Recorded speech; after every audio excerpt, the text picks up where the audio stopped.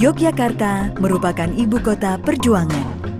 Hampir di setiap sudut kota Jogja, kita masih dapat menemukan bukti-bukti pada masa perjuangan. Mulai dari bangunan hingga benda-benda bersejarah sebagai saksi perjuangan.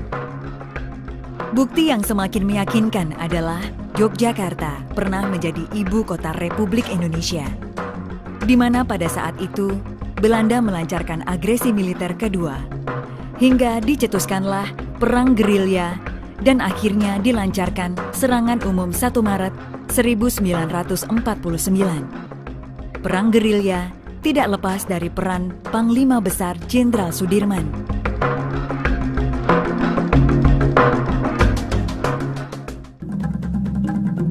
Jenderal Sudirman adalah tokoh kemerdekaan yang lahir pada tanggal 24 Januari 1916 di Bodas, Karangjati, Purbalingga, Jawa Tengah.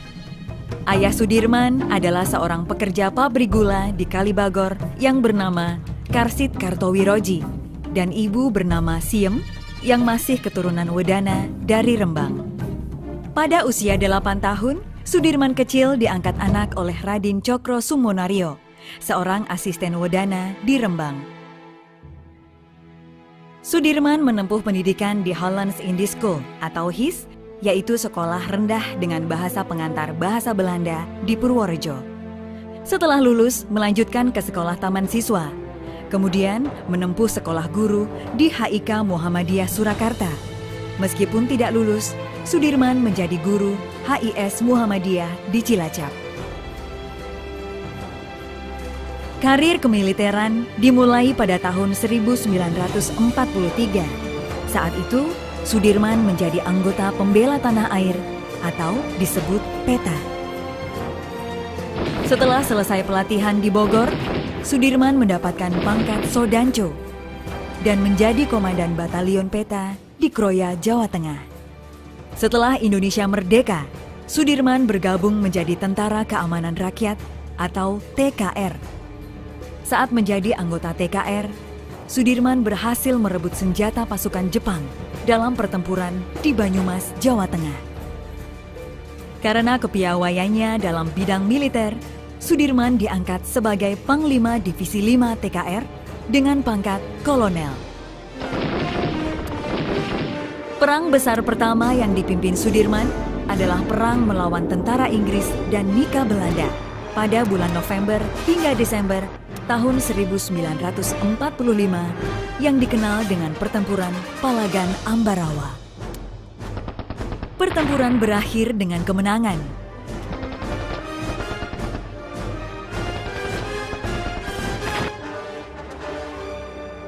atas berbagai prestasi militernya, maka pada tanggal 18 Desember 1945, Sudirman dilantik menjadi jenderal oleh Presiden Soekarno. Seiring dengan perkembangan TKR menjadi TNI, Sudirman dilantik menjadi Panglima Besar bersama pucuk TNI lainnya di Gedung Agung Yogyakarta pada tanggal 28 Juni 1947.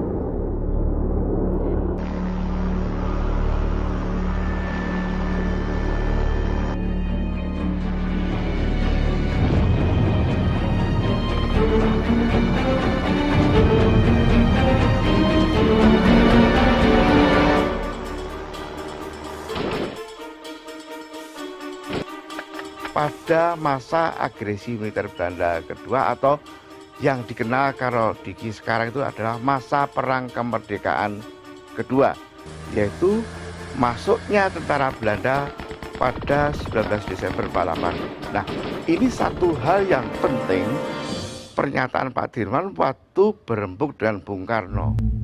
Bung Karno mengatakan bahwa Pak Dirman sakit, istirahat saja. Tidak, Bung.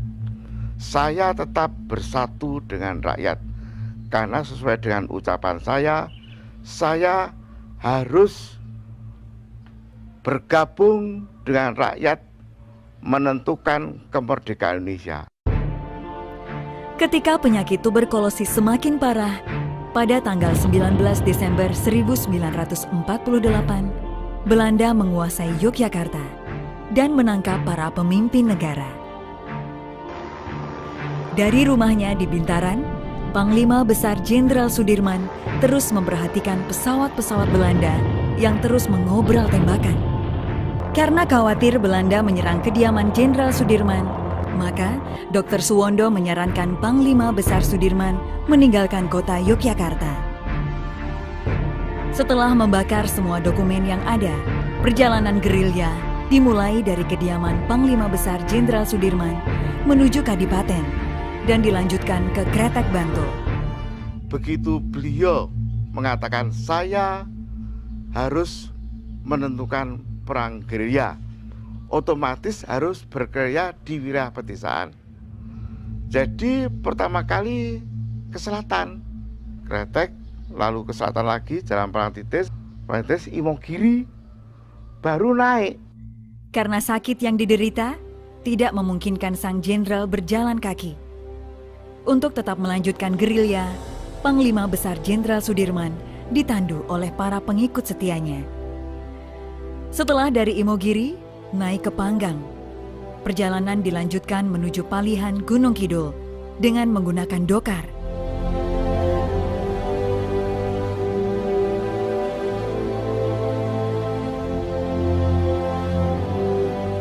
Berhenti sejenak di sana, lalu berangkat ke Wonogiri. Jadi di Wonogiri itu dia juga berhenti di sana, bahkan dapat gempuran dari pemerintah Belanda karena pemerintah Belanda juga punya intelijen. Dari Wonogiri, perjalanan dilanjutkan menuju daerah Jawa Timur. Perjalanan melalui Ponorogo dan Trenggalek. Kemudian pada tanggal 24 Desember 1948 sampai di Kediri. Dari Kediri, rombongan menuju desa Sukarame. Karena dirasa tidak aman, perjalanan dilanjutkan menuju desa Karangnongko dan dilanjutkan menuju lereng Gunung Wilis. Perjalanan dilanjutkan pada tanggal 17 Januari 1949. Saat dalam perjalanan, terjadi penggeledahan yang dilakukan Belanda. Untuk menghindari kontra dengan pasukan Belanda, rombongan masuk hutan Sedayu dan kemudian menuju Sawahan.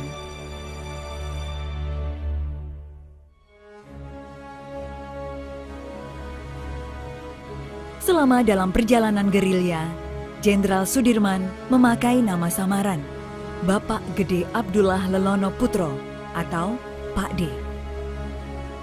Dari nama samaran itu, beliau lebih leluasa untuk mengundang kurir-kurir yang berkaitan dengan strategi perjuangan gerilya. surat-surat yang dibuat oleh Pak Dirman itu sangat menentukan strategi perang gerilya dalam arti kaitannya nanti 1449. Ketika pasukan Jenderal Besar Sudirman masih bergerilya, di Yogyakarta dilancarkan serangan umum yang dikenal dengan Serangan Umum 1 Maret pada tahun 1949. Dengan adanya serangan umum ini, menunjukkan pada dunia internasional bahwa Indonesia dan kekuatan militernya masih ada dan membuktikan kebohongan Belanda yang menyatakan Republik Indonesia dan TNI telah hancur. Hal ini pula yang menyebabkan terpojoknya Belanda dalam percaturan politik dunia hingga terjadi perjanjian Roem-Royen 7 Mei 1949. Sementara itu, pasukan gerilya yang dipimpin Panglima Besar Jenderal Sudirman masih melanjutkan perjalanan hingga menemukan tempat yang dirasa aman, yaitu Dukuh Sobo, Desa Pakis, Kecamatan Nawangan, Kabupaten Pacitan. Pasukan Jenderal Sudirman menetap cukup lama di tempat ini, mulai April hingga 7 Juli 1949. Sebagai markas komando, digunakan rumah milik Karso Sumito. Dari rumah sederhana inilah, Panglima Besar Jenderal Sudirman bersosialisasi dengan masyarakat setempat. Di Desa Sobo inilah Pak Dirman betul-betul selalu bekerja sama dengan masyarakat pedesaan, karena beliau mengatakan sudah sejak dulu, saya tanpa masyarakat atau rakyat tidak akan bisa menumpas penjajah. Gerilya kita ini selalu bersendikan rakyat. Tanggal 29 Juni 1949, Yogyakarta telah kembali dan kondisi keamanan sudah kondusif. Presiden, wakil presiden, dan para pemimpin yang lain tiba di Bandara Maguwo dari pengasingan pada tanggal 6 Juli 1949. Saat itu, hanya Panglima Besar Jenderal Sudirman yang belum tiba di Yogyakarta. Jadi misi penjemputan yang pertama di Sobo itu, ada tokoh penting yang pada waktu itu menentukan, meyakinkan Pak Dirman untuk ke Jogja, ya, kembali kan ke ibu kota Republik. Itu adalah Bapak Rosian Anwar, kemudian wartawan Menur, lalu juga Komandan Berpres 3 Letkol Soeharto. Di dalam satu pembicaraan, Pak Dirman selalu mengatakan, nanti dulu, saya tidak akan cepat-cepat menentukan langkah untuk masuk kota Jogja. Sebab Belanda itu sangat licik, dan akhirnya pada bulan Juni itu penjemputan dilakukan oleh si Sultan HP9 bersama stafnya waktu itu yang ada di Jogja untuk menjemput Pak Dirman di Piungan. Sampai di kota Jogja, Panglima Besar Jenderal Sudirman langsung menuju Gedung Agung untuk bertemu dengan Presiden Soekarno dan Wakil Presiden Muhammad Hatta. Satu hal yang cukup penting pertemuan Pangsar Sudirman kembali ke Jogja dan menemui Bung Karno, satu statement beliau yang waktu itu jarang terungkap. Beliau selalu mengatakan, kita mulai hari ini tidak boleh dijajah lagi oleh bangsa lain.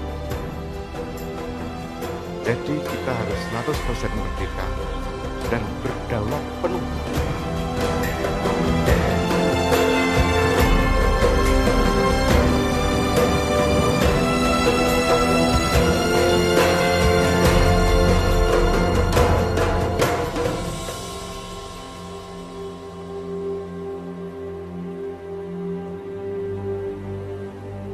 dalam rangka merintis, memperjuangkan, dan mempertahankan kemerdekaan, meninggalkan jejak-jejak sejarah yang sebagian tersimpan di dalam Museum Benteng Vredenburg. Koleksi museum sebagai bentuk pelestarian dan upaya mengkomunikasikan kepada generasi muda tentang nilai-nilai perjuangan Jenderal Besar Sudirman. Koleksi Museum Jenderal Sudirman merupakan barang-barang yang menjadi saksi perjalanan gerilya dalam mempertahankan kedaulatan Indonesia. Benda yang dipamerkan meliputi tempat menyarungkan pedang dan sepatu milik Bapak Hadi Harsono. Beliau merupakan Komandan Batalion 1 Bantul. Sebelum melanjutkan perjalanan menuju Panggang, Jenderal Besar Sudirman bermalam di rumah Bapak Hadi Harsono. Kendil Dalung milik Mbah Sayuk. Saat perjalanan gerilya sampai di Palihan, rombongan beristirahat di rumah Mbah Marto Pawiro atau Mbah Sayuk. Rombongan gerilyawan disuguhi 3 butir telur yang direbus menggunakan kendil dalung. Keris Kiai Slamet milik Bapak Sartono. Saat rombongan gerilyawan menginap di rumah Mbah Sayuk, Jenderal Sudirman memanggil Bapak Sartono untuk ikut menjaga keselamatannya dengan menggunakan keris Kiai Slamet ini. Perlengkapan dapur milik Ibu Projo Pranoto. Perlengkapan dapur inilah yang berjasa menyiapkan hidangan untuk makan para gerilyawan yang bermalam di Semanu. Meja kursi tamu dan peralatan minum milik Bapak Imam Supardi. Peralatan tersebut digunakan Panglima Besar Jenderal Sudirman saat menerima penjemputan pertama oleh Letkol Soeharto. Tempat tidur milik Bapak Hadi Siswanto. Untuk menjaga kondisi kesehatan Panglima Besar Sudirman, maka diputuskan bermalam di daerah Piyungan, tepatnya di rumah Bapak Hadi Siswanto. Bapak Hadi Siswanto meminjamkan tempat tidur untuk beristirahat Panglima Besar Jenderal Sudirman.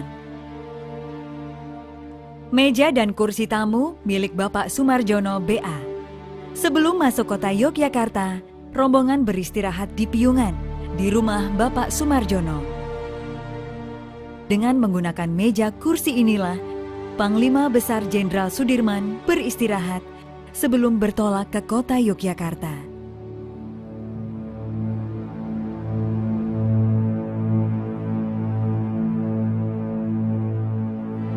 Sejarah berjalan dalam kesatuan 3 dimensi yang meliputi dulu, sekarang, dan yang akan datang. Dan bukan mustahil pula jejak-jejak sejarah yang terjadi pada masa sekarang akan sampai kepada generasi yang akan datang.